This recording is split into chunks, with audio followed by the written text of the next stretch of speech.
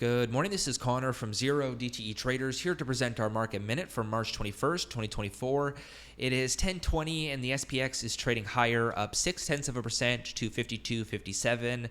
So we are seeing continuation from yesterday's FOMC move. Qs, IWM also higher, up 1%. Dow up 0.8%. So all major U.S. indices are in the green.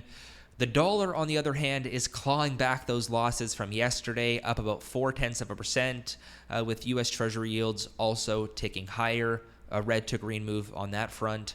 VIX, a measure of market volatility, is down 1.5%, sub 13. Now, VIX the risk is really one-sided here in terms of volatility. Further compression is going to have minimal impact on the underlying, whereas if we do have a resurgence, it will be an exacerbating factor.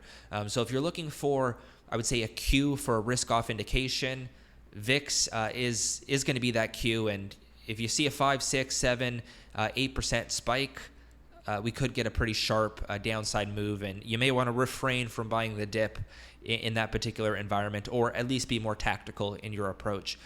Again, defensive cyclicals, growth, red, mega caps, kind of mixed here. Apple down 1.8%. Market internals are positive. Volume difference on NYSE and NASDAQ, green, about a 3-to-1 ratio on both. ADD, which measures market breadth, plus 1,400, which we would say that's a bullish trend. Growth underperforming, which may actually limit upside today.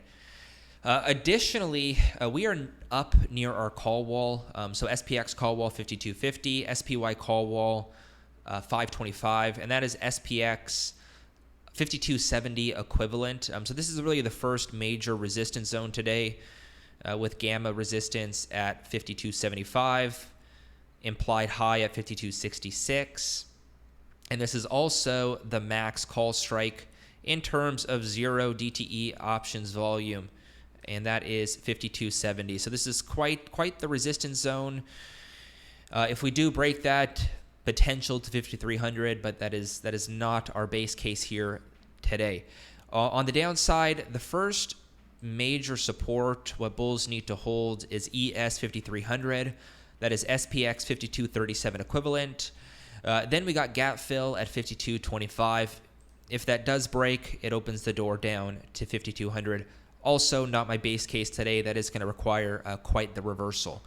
Now, in terms of the max put, which we often look at as the lower bound, that sits at 5220. So potential dip buy in this region if we do happen to get that. I don't know if we're going to see that per se. It's about 0.6% to the downside. Still early, anything can happen. Now we're definitely getting extended, right, approaching these call walls, which is generally regarded as our upper bound. But I want to highlight something here. So this is looking at notional gamma on the SPX, and we can see 5250 is the strike with the highest call gamma, therefore getting the designation of the call wall. But the variance is very minimal between 5250 and 5300. So if we close up here today, we could see that call wall shift higher to 5300, which essentially is going to lift our upper bound. So this is not a strong call wall, historically speaking. All right, guys, that's all I have for you. If you're not a member and you're interested in learning more, you can visit our website at 0DTEtraders.com. Best of luck out there today.